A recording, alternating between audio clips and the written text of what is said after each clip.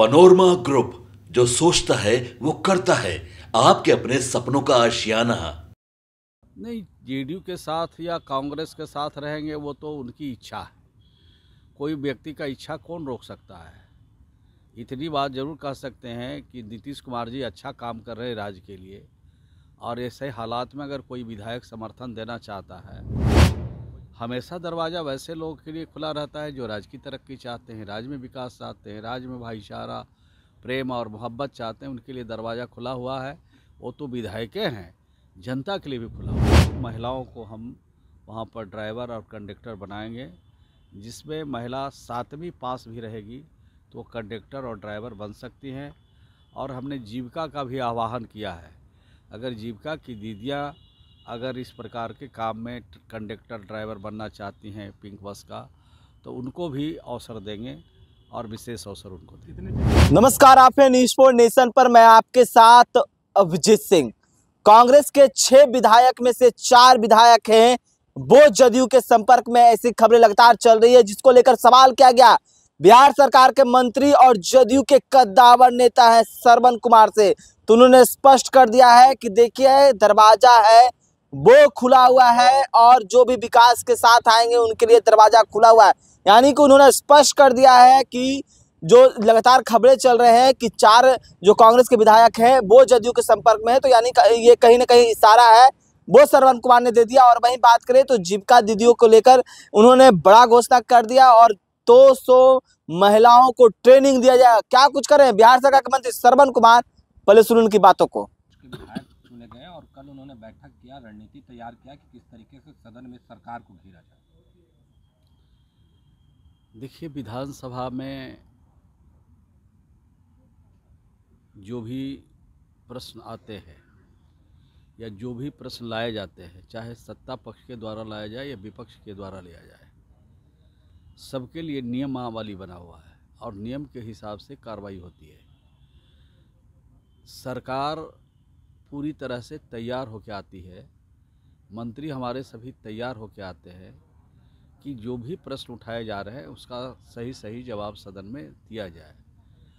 अब जहाँ तक घेरने का सवाल है, तो कई वर्षों से इसी भाषा का उपयोग ये लोग कर रहे हैं। विपक्ष में जब बैठते हैं तो इसी भाषा का उपयोग करते हैं, घेरते हैं।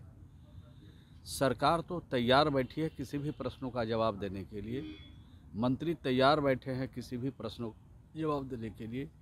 विपक्ष को तो कभी कभी देखते हैं कि प्रश्न कर देते हैं और प्रश्न करने के बाद सदन से वॉकआउट कर जाते हैं, सदन में अपनी उपस्थिति ही नहीं रहती है। तो सरकार का स्पष्ट मानना है कि कोई भी राज्य के हित का सवाल लाएंगे तो उसका सरकार जवाब देगी, और विपक्ष को क्वेश्चन पूछने का, प्रश्न पूछने का धैर्य भी होना चाहिए।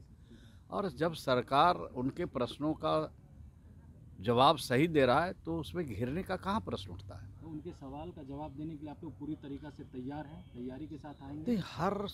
जब सदन आहूत होती है, जब सदन चलता है, तो जो भी प्रश्न रहता है उसका जवाब देने के लिए सरकार बिल्कुल तैयार बैठी है। और अगर सरकार तैयार बैठी है तो घेरने का क्या मकसद है, घेरने का क्या मामला है। सिर्फ और सिर्फ सदन के बाहर जो लोग हैं, आम जनता है, आम जनता को ये बताना चाहते हैं कि हम बिहार की जनता के लिए चिंता में हैं, चिंतित हैं। ये कुछ करते नहीं हैं, सिर्फ और सिर्फ इस तरह के काम करके, बात बोल करके जनता को भर में डालना चाहते हैं।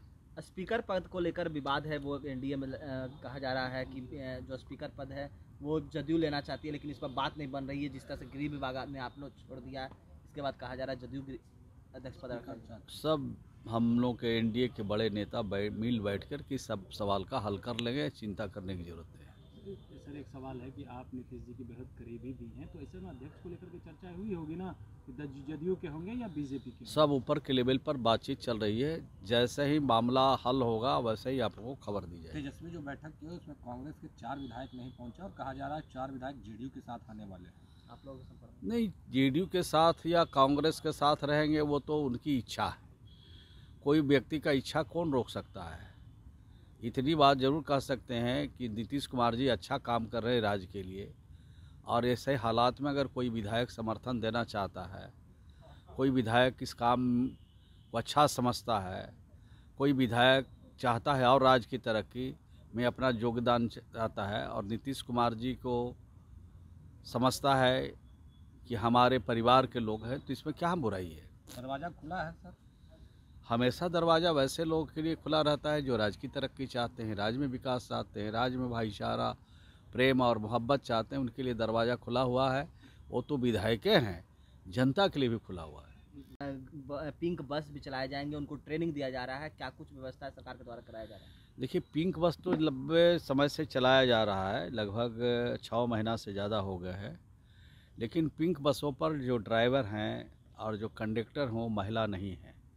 तो जब महिलाओं के लिए चढ़ने के लिए स्पेशल बस चलाई जा रही है राज्य सरकार के द्वारा, तो वहाँ पर जो ड्राइवर हों, वहाँ पर कंडक्टर हों, उसमें भी महिला को प्रायोरिटी दिया जाएगा। और 15 दिसंबर तक हमने निर्देश दिया है और विभाग ने भी इस से संबंधित पोर्टल पर जारी किया है, विज्ञापन निकाला है कि 200 महिलाओं को हम वहाँ पर ड्राइवर और कंडक्टर बनाएंगे, जिसमें महिला 7वीं पास भी रहेगी तो वो कंडक्टर और ड्राइवर बन सकती हैं।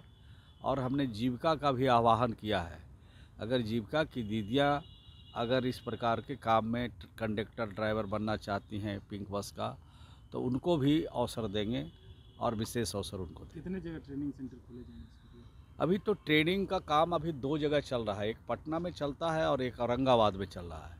अभी 4 जगह और ट्रेनिंग के लिए हमने निर्देश जारी किया है और आदेश दिया है।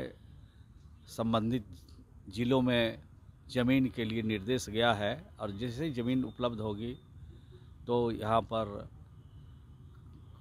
मोतिहारी में, भागलपुर में, नालंदा में, मुजफ्फरपुर में, जहाँ जहाँ ज़मीन शीघ्र उपलब्ध हो जाएगा वहाँ पर ट्रेनिंग सेंटर खोले जाएंगे। ड्राइवर के ट्रेनिंग के लिए व्यवस्था पूरी तरह से किया जाएगा। तो आपने साफ तौर पर सुना, बिहार सरकार के मंत्री श्रवण कुमार किस तरह से 200 महिलाओं को ट्रेनिंग देने की बात कर रहे हैं और वहीं जो 4 विधायक जो टूटने की बात हो रही है उसको लेकर भी क्या कुछ कहा आपने सुना है। इस तमाम को मैं न्यूज़ पॉइंट के साथ नमस्कार।